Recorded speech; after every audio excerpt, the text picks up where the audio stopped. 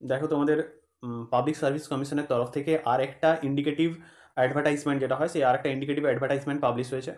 তো এই ইন্ডিকেটিভ অ্যাডভার্টাইজমেন্টটা হচ্ছে একটা শর্ট নোটিস টাইপের। এই ভিডিওতে আমরা যে শর্ট নোটিশটা দিয়েছে সেটার আলোচনাটা করব, এবং তার সাথে সাথে যে প্রিভিয়াস ইয়ার্স কোশ্চেন কীরকম এসছে বা সেটার উপরে ভিত্তি করে কীভাবে তোমাদের মোটর ভেহিকেল ইন্সপেক্টর রিক্রুটমেন্টটা হয়, সেটাও আমরা সেই সমস্ত তথ্যগুলো এই ভিডিওর মধ্যে জানবো। তো এটা যেটা হচ্ছে, এটা তোমার একটা শর্ট নোটিস টাইপের বা ইন্ডিকেটিভ অ্যাডভার্টাইজমেন্ট, যেটা তোমরা পিএসসি যদি আমরা অফিসিয়াল ওয়েবসাইটে যাও, সেই অফিসিয়াল ওয়েবসাইট থেকে একটা লিঙ্ক দিয়েছে, সেই লিঙ্কের মাধ্যমে তোমরা এই শর্ট নোটিশটা পড়তে পারবে বা শর্ট নোটিশটা জানতে পারবে। এখন যদি আমরা পরবর্তী ক্ষেত্রে ওবিসির যে কেসটা চলছে, সেই ওবিসির কেসটা যখন আমাদের কমপ্লিট হয়ে যাবে, তারপরে এটার একটা ফুল নোটিশ পাবলিশ হবে।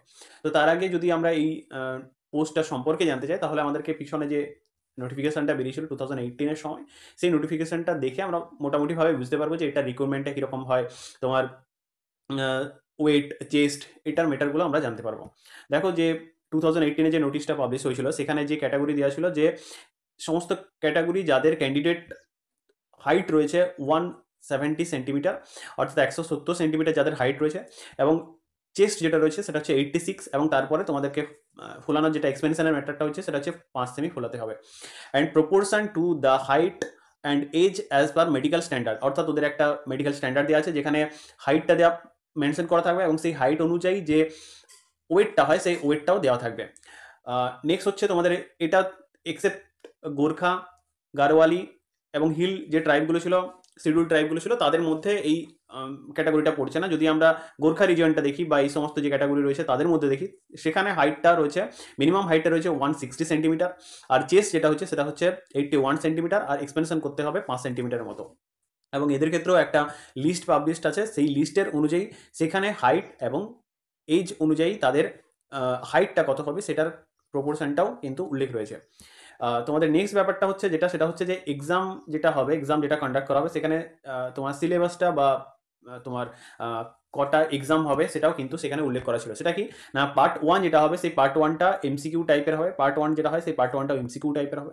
এবং পার্ট টু যেটা রয়েছে, part two candidates will be call part two as a personality test, অর্থাৎ ইন্টারভিউ যেটা হয়, সেই ইন্টারভিউ ডাকা হবে পার্ট টু এর ক্ষেত্রে।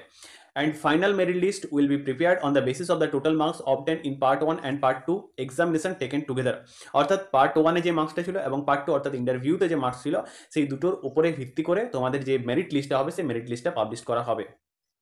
হচ্ছে 2018 যে এক্সামটা কন্ডাক্ট হয়েছিল, সেই এক্সামের তোমাদের প্রশ্ন। তো এখানে প্রশ্নগুলো আমি তোমাদেরকে যে নিচে পিডিএফ এর লিঙ্ক যেটা আছে, সেটা আমাদের টেলিগ্রাম গ্রুপের লিঙ্কটা দিব, সেখান থেকে তোমরা পিডিএফটা ডাউনলোড করতে পারবে এবং দেখতে পারবে যে তোমাদের প্রিভিয়াসে যে 2018-এ যে পরীক্ষাটা হয়েছিল, সেই পরীক্ষাতে কীরকমভাবে প্রশ্নটা এসছে। তো এখানে প্রশ্নের যদি আমরা একটা সামারি বার করি, সেখান থেকে আমরা দেখতে পাবো যে টোটাল 100 এমসিকিউজ ছিল, 100 এমসিকিউজ ছিল, টোটাল 100 এমসিকিউজ ছিল 100, এবং সেই প্রত্যেকটা এমসিকিউ 2 নাম্বার করে ক্যারি করছিল, অর্থাৎ টোটাল মার্কস হচ্ছে 200। এর মধ্যে এর মধ্যে আমরা যদি জিকের পোর্শনটা দেখি, এর মধ্যে জিকে পোর্শনটা ছিল টোটাল 75 কোশ্চেন্স, 75 কোশ্চেন্স। এর মধ্যে জিকে ছিল 75 কোশ্চেন্স, অর্থাৎ 75 ইন্টু 2, 150 নাম্বার হচ্ছে আমাদের জিকের জন্য বরাদ্দ থাকছে। আর যদি আমরা ম্যাথের ম্যাটারটা দেখি, তাহলে ম্যাথের জন্য থাকছে 25 question, 25 question into 2 numbers, that is equal to 50 numbers. এই 50 আর 150 টোটাল মিলে হচ্ছে 200।